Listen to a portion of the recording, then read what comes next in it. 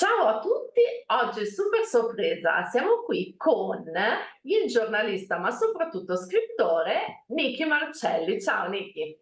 Ciao Cristina, grazie per avermi invitato. Grazie a te di essere qui con te. Nicky è principalmente un giallista, ma oggi siamo un attimino più leggeri perché chiacchieriamo con lui del suo nuovo libro che è un divertissement intitolato Il boudoir del gentiluomo sull'eleganza maschile. Ce ne puoi parlare un attimino? Sull'ineleganza maschile più che altro, e spero che sia serio ma non serioso. Ci ho messo del mio per fare una cosa ironica, divertente, leggera, perché non mi piace annoiare. Io sono uno che si annoia facilmente, quindi non amo poi suscitare lo stesso effetto nel mio prossimo, è vero. È un pamphlet, come dicevi giustamente, contro l'ineleganza maschile, che però approfitta anche per fare una cavalcata sempre leggera e ironica nella storia della moda maschile, capo per capo, dalle origini fino ai nostri giorni, parlando anche dei tessuti, dei capispalla, delle camicie, le mutande, le calze, insomma, tutto l'ambaradan, tutto il guardaroba e i cappelli ovviamente, perché io a un certo punto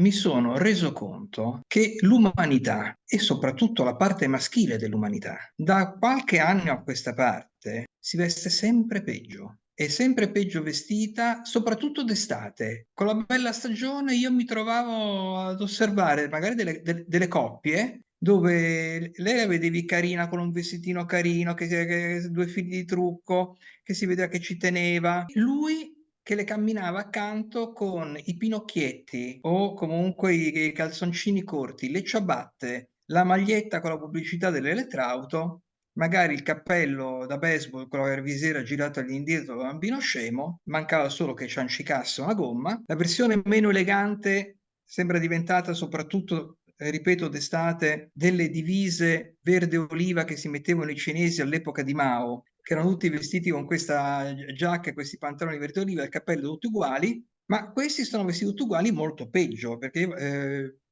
aspettando un'amica alla stazione mi sono reso conto che il 90% della gente che mi passava davanti di tutte le età era vestita così, la maglietta piuttosto che la canotta, i calzoncini corti, le ciabatte, a volte portate coi calzini. Quelli che erano, diciamo, più eleganti avevano le scarpe da ginnastica. I tedeschi con i sandali e i calzini. Sì, Allora, sì. siamo qui che dobbiamo rimpiangere i tedeschi con quello che vediamo in giro adesso. Che dici? No, i tedeschi sono almeno 80 anni che non sono da rimpiangere. Tu nasci giornalista e ti conosciamo come giornalista di cronaca, insomma, di cose di un certo tipo, e poi mi diventi scrittore. Cos'è successo? Ah, intanto mi sono stufato di fare il giornalista, perché fare il giornalista in questo paese o baci le pile di turno o non fai carriera, non vai da nessuna parte e non trovi più nemmeno gli spazi per scrivere. Quindi mi sono dato la scrittura che comunque ho sempre coltivato in maniera, diciamo, molto così frammentaria, nel senso che per diversi anni della mia vita avevo un'idea, la buttavo giù, scrivevo magari le prime 50 pagine, poi mi stufavo, passavo ad altro, che non ero mai riuscito a finire un libro. Mi sono messo di buzzo buono, mi sono dato un po' di disciplina, che ogni tanto ce ne vuole, e ne ho buttati giù, ne ho terminati una dozzina. La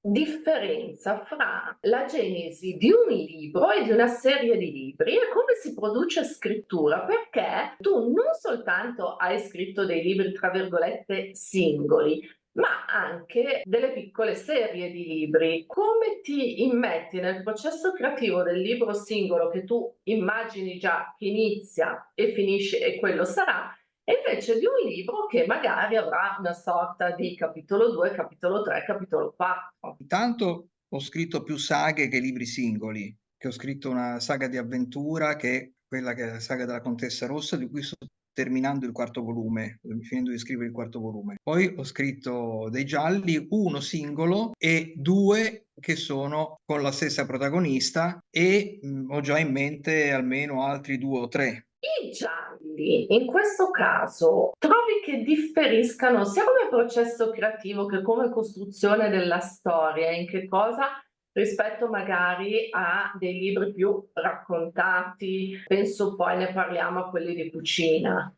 Ma se devo fare riferimento a me stesso perché degli altri non posso parlare, intanto è una questione di tempistica. I gialli devono essere, secondo me, brevi, maneggevoli, devono essere, ecco, delle dimensioni di un giallo Mondadori, per dire 200 pagine, 250 al massimo. Quindi sono storie molto più veloci, dove c'è più azione, si bada molto di più al sodo, al nocciolo della questione nel processo per arrivare alla scoperta del colpevole, rispetto a romanzi d'avventura che scrivo, che sono di 350-400 pagine, ci metto un paio d'anni a scriverli anziché i 4-6 mesi in cui scrivo un giallo, e comunque sono uno scrittore abbastanza lento, e lì devo dire mi sbizzarrisco di più nel raccontare, nel descrivere anche i luoghi, l'abbigliamento. Quindi è tutto un altro linguaggio, dipende anche dall'estrazione sociale del protagonista. La protagonista dei miei gialli, degli ultimi due che ho scritto, è una poliziotta che è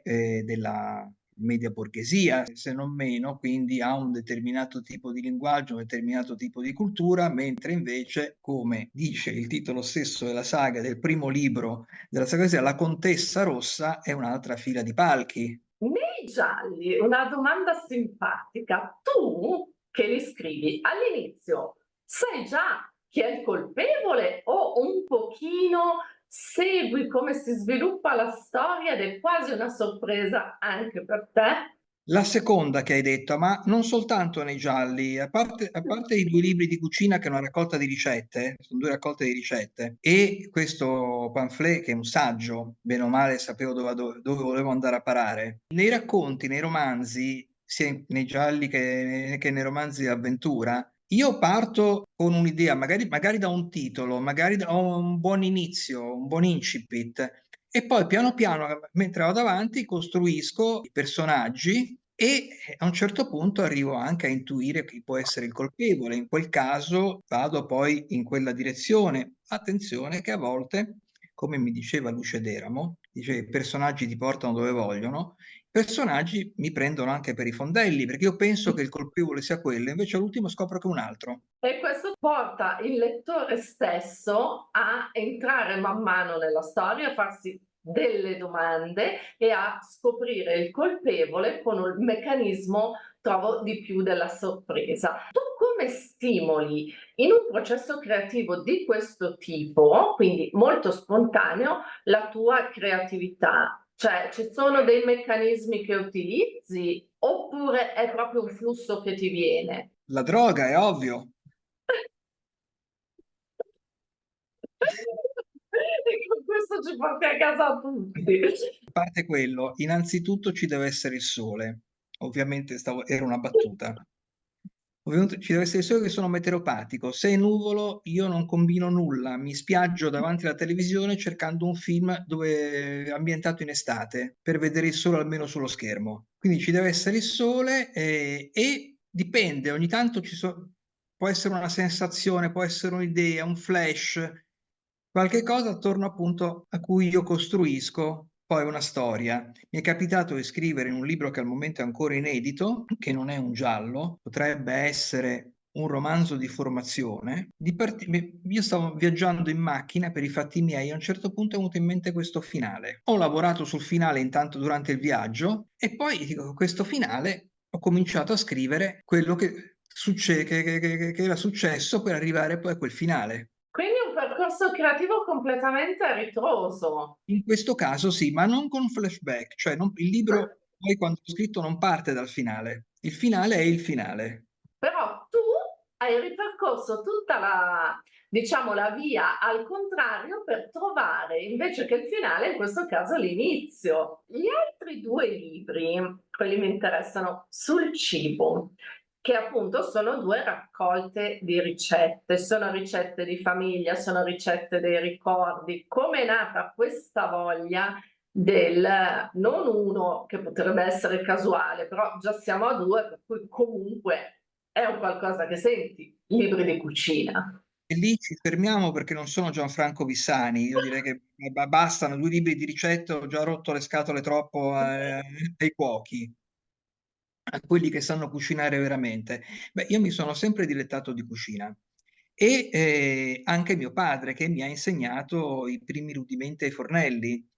E mio padre ha lasciato, quando è morto, un manoscritto, una serie di ricette, in parte sue, in parte raccolte in giro per il mondo, che aveva fatto in 2 copie, una per me e una per la sua fidanzata dell'epoca. A un certo punto, risistemando le cose, ho trovato queste ricette, nel frattempo io ne ho create altrettante e ho detto: "Adesso sarebbe bello, cioè, pubblicarlo questo libro scritto da mio padre", ma era poi un pochino esile, per cui ho detto: "Ci aggiungo qualcuna delle mie". E quindi, infatti il sottotitolo del primo è, "Di padre in figlio". Quindi mi sono messo a tirar giù le ricette che avevo inventato nei decenni, altre che ricordavo che facevano magari le mie zie, le cose, quant'altro, altre che ho semplicemente provato, per cui ho riproposto, ad esempio la matriciana originale col disciplinare corretto, diciamo, e quindi è venuto fuori questo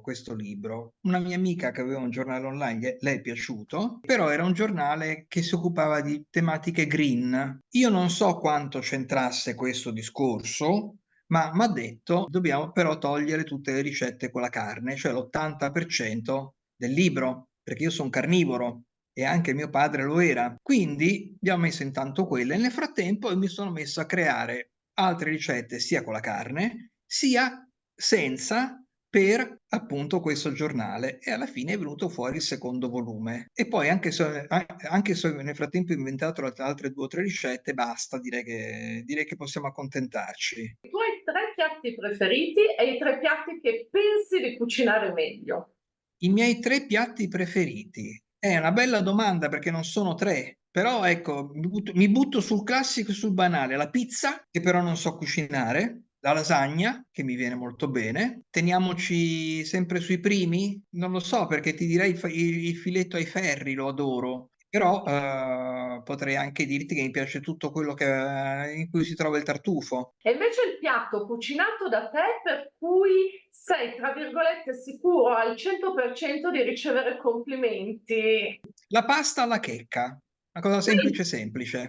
se tu chiudi gli occhi e pensi per te che cos'è la felicità, è uno stato del cuore, della mente o la leghi a delle cose puntuali? Se io chiudo gli occhi e penso alla felicità, la prima cosa che mi viene in mente è il mare d'estate, però potrebbe essere tranquillamente uno stato della mente. E invece cose più circoscritte che ti procurano quelli che sono un pochino di più i lampi di felicità. Il bombolone alla crema, per me è felicità.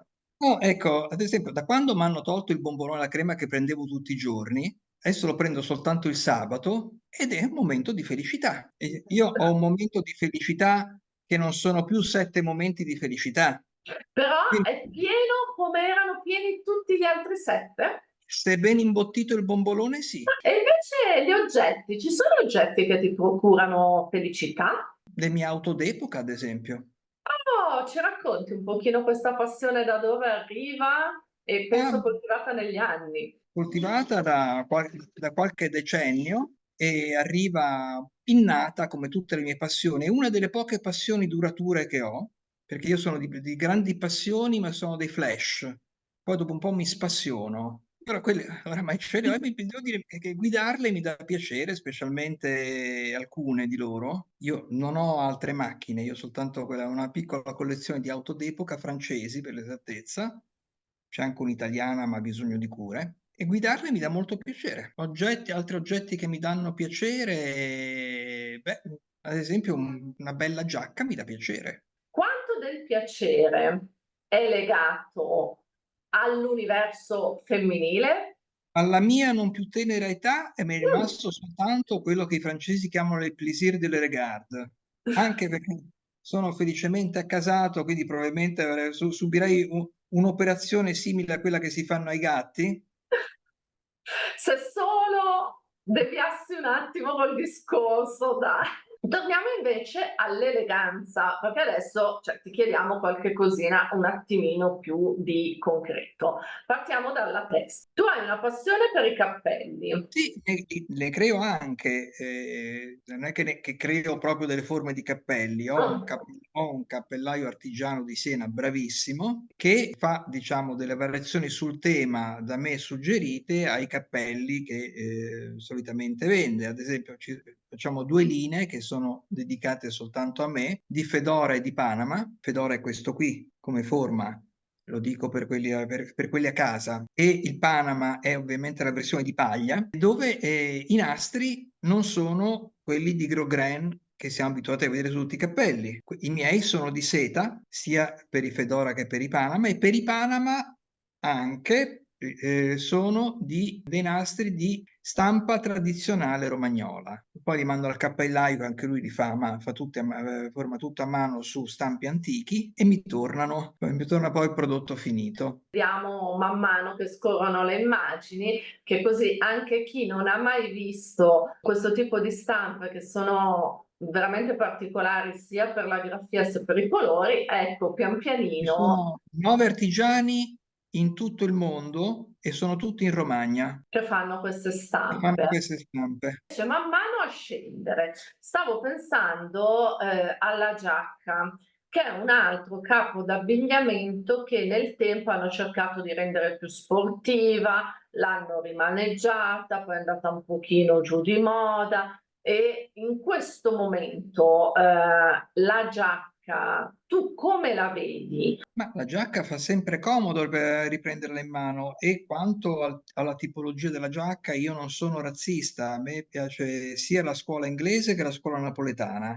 La scuola inglese, lo diciamo sempre brevemente per quelli a casa, è la giacca un po' più strutturata, più imbottita, più, diciamo, rigida, mentre la scuola napoletana giacca è molto più sfoderata e molto più leggera, però ha sempre comunque una linea, una sua linea. E la giacca è un oggetto utilissimo perché non solo ti ripara dal freddo, ma ha un sacco di tasche dove tu puoi mettere delle cose. Quelli che non mettono la giacca, usano la giacca, poi si ritrovano a usare il marsupio, che credo che sia una delle cose più orrende che hanno inventato. Ti ricordi negli anni 70 il Sì, borsello? ma quella è una cosa che è rimasta negli anni 70, per fortuna, ne ho visti pochi in giro nei decenni successivi. Il marsupio invece, che era nato con una finalità ben precisa, ovvero per i motociclisti, che all'epoca c'erano delle moto che avevano un telaio, un serbatoio, un motore e niente, e la sella al massimo, a volte, non sempre. Quindi loro avevano questo marsupio, ne ho avuto uno anch'io, proprio per questo specifico motivo, dove mettevano gli attrezzi, perché succedeva qualche cosa, si rompeva un filo per strada, e avevano gli attrezzi per sistemarla. Questa cosa invece, che poi trovi gente che va in giro col marsupio, che ci mette dentro il telefono, ci mette dentro le chiavi di casa, ci mette dentro il portafoglio, tutta roba che entrerebbe tranquillamente nelle tasche, sia dei pantaloni che delle giacche, oltre a essere antiestetico ai massimi livelli, perché è veramente un obbrobrio, poi ha la meravigliosa avventura che se perde quello ha perso tutto. A me lo dicono sempre con le chiavi, che io ho questo enorme mazzo con tutte le chiavi, una casa, l'altra, la macchina, questo, quello è, cioè è Perché tu hai la tipo borsa, io ho dovuto diversificare perché infilarmi nelle tasche dei pantaloni, poi devo fare un bozzo così. 4 kg di ferro. Finché indossi i jeans va bene. Io quando indossavo i jeans più spesso, quando ero più giovane, praticamente io ho vissuto in jeans fino ai 50 anni inoltrati, ci infilavo in una delle tasche, c'erano le chiavi di tutte le macchine, e così la mattina dicevo prendo quella, no, prendo quell'altra. Chiaramente con dei pantaloni classici non lo posso più fare, quindi ho dovuto operare delle scelte. A proposito dei jeans, ritieni ci sia un abbigliamento più legato a una certa età e quindi da un'età via in poi forse meglio una serie di abbigliamenti evitarseli, oppure non lo so, il jeans appunto lo si può portare per sempre? Secondo me no. Il jeans, io ripeto, io ho vissuto in jeans fino a 50 inoltrati. Poi a un certo punto mi sono guardato allo specchio e dalla cintola in su ero un signore anziano, anche se mi riportavo bene. Dalla cintola in giù avevo 15 anni e purtroppo, diciamo, soltanto l'apparenza. Ho dovuto fare una riflessione su questa cosa, talché non li ho eliminati dall'armadio, ogni tanto li metto ancora, perché comunque è un capo classico, un capo, quando ovviamente il taglio è a jeans, è un capo che dovrebbero avere tutti e che, ripeto, io ho portato ininterrottamente estate e inverno, non lo stesso paio. Quando eravamo ragazzini c'erano delle teorie che i jeans li mandavi a lavare quando stavano in piedi da soli. Me la ricordo, ma anche perché all'epoca c'erano i Levi's che già nascevano che stavano un po' in piedi da soli, eh. I Levi's, una volta Il duraturi, 501 aveva proprio quella forma lì, che figlio, stava in piedi da solo lui che già.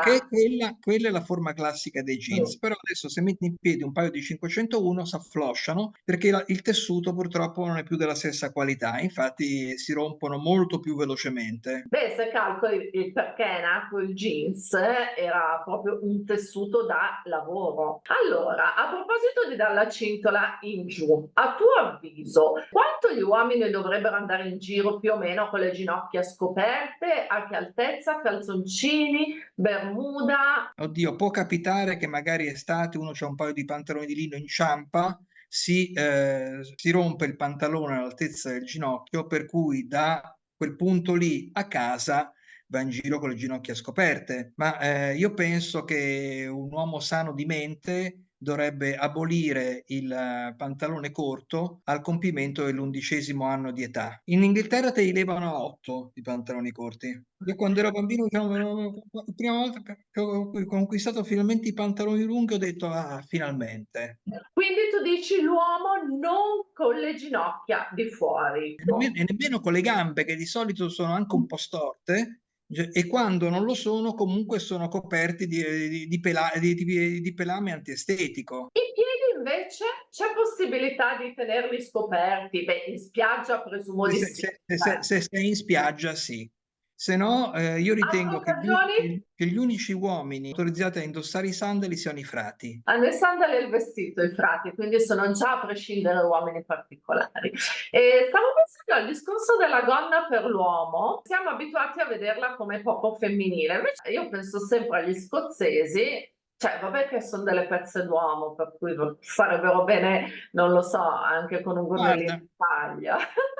è una questione culturale. Il pantalone è entrato nel Medioevo, allo sgocciolare del Medioevo, perché in Europa prima veniva considerato una cosa da barbari, ce l'avevano i persiani, ma il primo indumento che l'umanità ha indossato è stato un gonnellino fatto col pelo, secondo la tradizione. Gli uomini delle caverne, quando si sono resi conto di essere nudi e che magari era il caso di mettere qualche cosa non per decenza, ma per proteggerlo per proteggere le parti delicate, si sono fatti un gonnellino. I romani avevano le tuniche. Nell'Alto Medioevo in Europa, se tu vedi dipinti, sono persone che comunque hanno delle tuniche. I pantaloni arrivano dopo, comunque erano utilizzati dalle classi basse. Diciamo, la nobiltà aveva queste magnifiche tuniche di velluto, e che poi a seconda di chi eri, del grado di nobiltà, cambiava anche il colore che potevi utilizzare, ma vabbè, questo è un discorso che diventa infinitamente complicato. Oramai nella nostra cultura il pantalone ha preso piede, anche perché ti ripara un po' meglio dal freddo, diciamolo. Anche se la gonna la vedi nelle sfilate, ma è un déjà vu, perché il primo a mettere un uomo in gonna è stato Jean-Paul Gaultier negli anni 90. Me lo ricordo, me lo ricordo. Quindi, guarda, ha mandato in passerella un uomo con la gonna e aveva copiato Jean-Paul Gaultier 30 anni fa. Però o si mette una gonna lunga Mm. o vale è lo stesso discorso del pantaloncino. Un uomo in minigonna o con una gonna anche a metà coscia, col pelo di fuori, la gamba storta, io lo trovo antiestetico esattamente come con il pantaloncino. All'ultimo Festival di Sanremo, mi sembra sia uscito Mahmood, gli hanno messo una gonna lunga, non stava male. Del resto, i preti c'hanno i sottanoni. C'è un altro accessorio che a me piace tantissimo e vedo che proprio si sta perdendo il guanto. Li uso io d'inverno, li uso i guanti. Io stamattina sono uscito alle 8 per andare alla Rai e mi sono messo i guanti, perché anche se il 4 di marzo comunque un po' di freschino alle mani ce l'avevo. Li uso anche per guidare alcune delle mie auto. Uso i mezzi guanti da automobilista. Sono utili soprattutto d'estate. Quando lasci la macchina sotto al sole, metti le manine sul volante. Tu sei modaiolo nel senso che segui le tendenze oppure sei più vintage? Cosa ti dà più gusto? Tu che vai a ricercare delle chicche magari un po' nascoste oppure la curiosità delle novità? La seconda che hai detto, Mm. anche perché io dico sempre, e l'ho scritto anche nel mio libro, che un vero gentiluomo non segue la moda, al limite ne detta una. Per cui io sono più quello che va a ricercare la chicchetta nel negozietto vintage o nel negozio non vintage, ma comunque classica, diciamo, piuttosto che mettersi alcune proposte che abbiamo visto sulle passerelle quest'anno, che poi bisogna anche lì est modus in rebus, come dicevano i latini, quelli con la tunicona, perché un conto sono le provocazioni, le sperimentazioni che gli stilisti fanno uscire in passerella anche a livello di divertissement e che poi nei loro negozi non trovi, e un conto è mettersene addosso per girare per strada e sembrare dei fenomeni da circo. Quanto secondo te è bello il su misura? Cioè piuttosto un capo in meno, ma qualcosa che sia stato, se non del tutto, almeno in parte, fatto e pensato per noi, non solo per le nostre misure, ma anche per la nostra personalità. Sono perfettamente d'accordo, io sono un fan del su misura. Non me lo posso ancora permettere perché non ho ancora venduto abbastanza copie del mio libro. Sono arrivato alle rifiniture sartoriali, però ecco, se dipendesse da me, io sceglierei un paio di uno o due sarti bravi, classici, diciamo caraceni, e mi farei fare tutto il guardaroba da loro. Il problema è che poi non avrei più una casa dove metterlo perché l'hai dovuta vendere e pagare i loro conti. Allora, guarda, in realtà sì, da certi nomi sì, però secondo me facendo un po' di ricerca, io ho trovato alcuni artigiani che con dei prezzi meno di certi brand, mi è concesso di dire, fanno veramente delle cose che quando le indossi sono tue, senti proprio le tue proporzioni, senti che il tuo corpo ci sta bene, poi soprattutto il discorso Ne scarpe. conosci qualcuno a Roma? Allora, a Roma no, però per le scarpe posso girarti un nominativo a Milano, quindi questa è una piccola lancia che spezzo, soprattutto sul discorso dell'abbigliamento di qualità, perché se scegliamo delle cose belle e classiche, nel tempo ce le portiamo. Guarda, io Io ho delle giacche che ho comprato negli anni 90, all'inizio degli anni 90, le indosso ancora adesso. tanto invece che comprarne 4, io Preferisco comprarne prendi una una. buona, durevole, di buona fattura, anzi di ottima fattura, di ottimi materiali. E ti godi qualcosa addosso che appunto, come si Sì, diceva prima, è un anche, piacere. anche perché te la godi molto di più nel tempo, perché se prendi una cosa che non è di ottima qualità, che magari hai pagato qualcosa di meno, ma anche un bel taglio, perché oggi fanno anche dei bei tagli, però passa un anno, ti si apre il cavallo dei pantaloni, il gomito della giacca. Adesso io direi, intanto ti ringraziamo per questa spettacolare chiacchierata. Nel commento fissato in alto c'è il link per questo libro che è non soltanto divertente perché dà tanti spunti, ma è comunque un piccolo lieve trattato sull'eleganza maschile, sui vari capi, i vari accessori, per cui a mio avviso in una lettura anche svelta e leggera ci dà una rinfrescata di tutto questo universo che ecco, magari un pochino è andato perso. Alla mia età, in felpa per strada, insomma, mi sentirei un attimo fuori luogo. Allora, approfittiamo di te proprio per un'ultima domanda consiglio. Secondo te, un uomo per essere elegante, ma oserei dire semplicemente elegante, cosa non dovrebbe mai fare e a che cosa invece dovrebbe, a tuo avviso, stare un pochino attento? Nell'abbigliamento o nei modi e Eh, le maniere? Adesso nell'abbigliamento e poi mi ha dato il là anche nei modi.